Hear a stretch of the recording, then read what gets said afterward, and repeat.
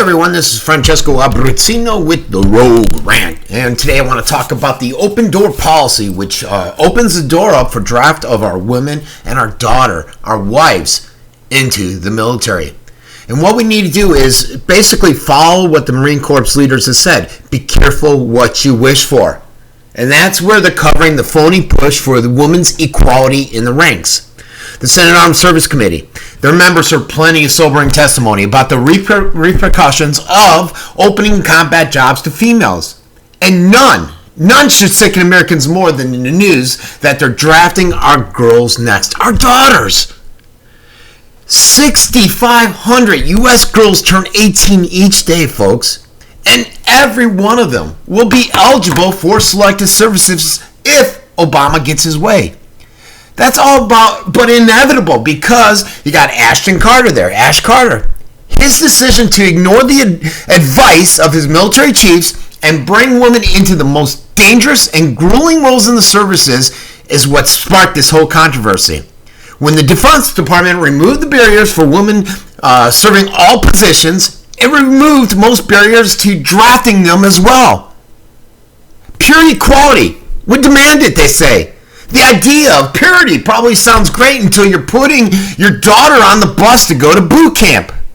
And sadly, this is just another consequence of the problem Obama has created when he started using the military as a pack mule for his social agenda, instead of actual purposes of fighting wars, winning wars. That's what the military is there for. I'm a vet, I know.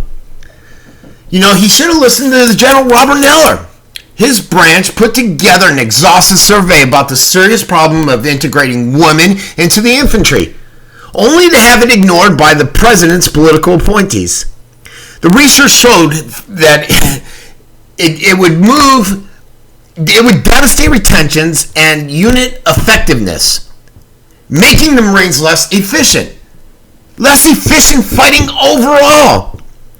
And the woman would face much more serious injuries from physical strain and combat violence. But this was all ignored. And we saw this. We witnessed it with the same recklessness with the leftover crown jewel, the repeal of Don't Ask, Don't Tell. You know, political operatives, they were out there, openly rejected the opinion and authority of military leaders. These same leaders with battle-tested experience who cautioned that we are going to we're opening our troops up to grave danger. So 5 years later, 5 years of sexual assault, suicides, recruitment woes, low morale, we see they were right. Back in 2010, Congress was assured that opening the military up to homosexuals wouldn't pave the way for to transgender service. Another promise that's gone broken.